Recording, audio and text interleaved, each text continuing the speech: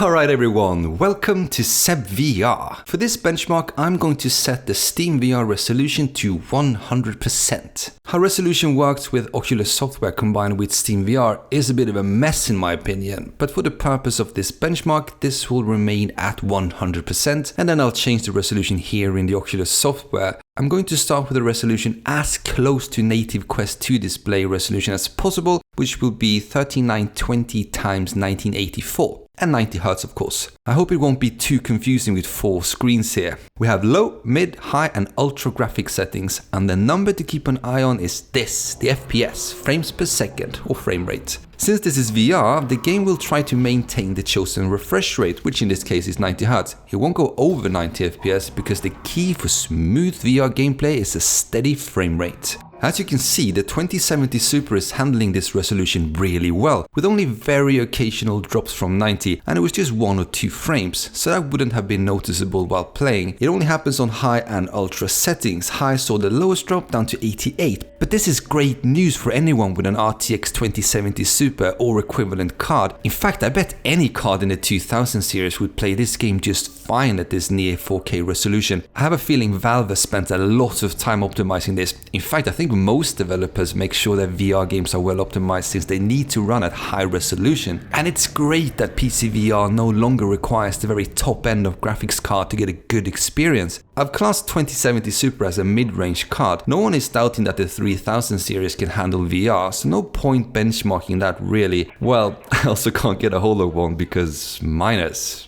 If you're rocking an AMD GPU, then an equivalent I think would be RX 5700 XT. As for CPU, by the way, I don't think it matters all that much because my Ryzen 3800 is only at 15-20% load, even at ultra settings. High resolution VR gaming is all about the graphics card. Of course, since this resolution was no problem, let's crank it up a notch. This is halfway between the settings Oculus recommends for my spec and the maxed out resolution. 4464 x 2256. This time we're only doing high and ultra settings because we want to push the GPU to its limits.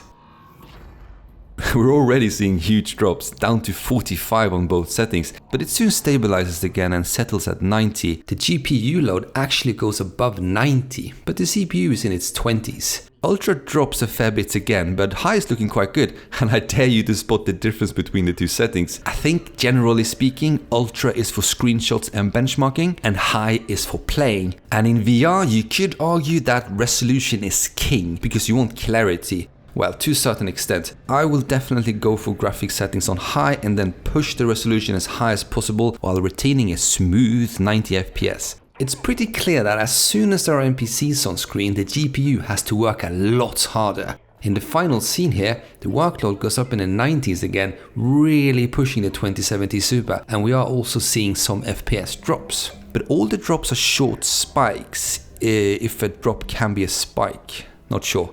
Anyway, since the spikes happen at the same places, it's unlikely to be something random. I would lower the resolution a little because, well, if you haven't already figured it out, I love my VR smooth. But come on, we have to max everything out and see what happens. 5408 x 2736. It sounds so random. Alright, ultra fidelity, let's go. Oh, not bad, hitting 90. Let's see what damage that Strider can do.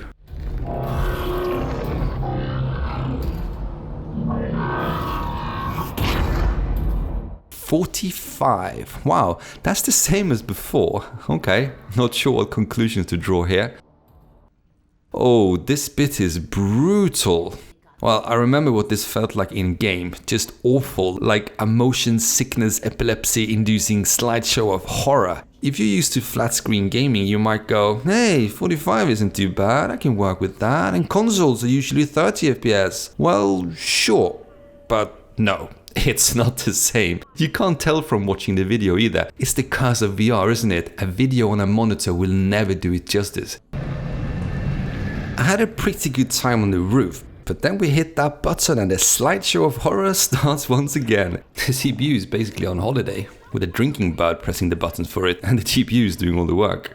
Alright, the conclusion here is a mid-range GPU, 2070 Super in this case, handles Half Life Alyx no problem at all, at the right resolution.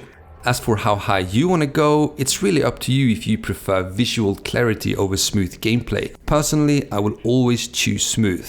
Next up, I will do this all over again with a low spec PC. Keep an eye out for that one if you're rocking an older PC build. I hope you enjoyed this video. Thank you very much for watching. Seb out.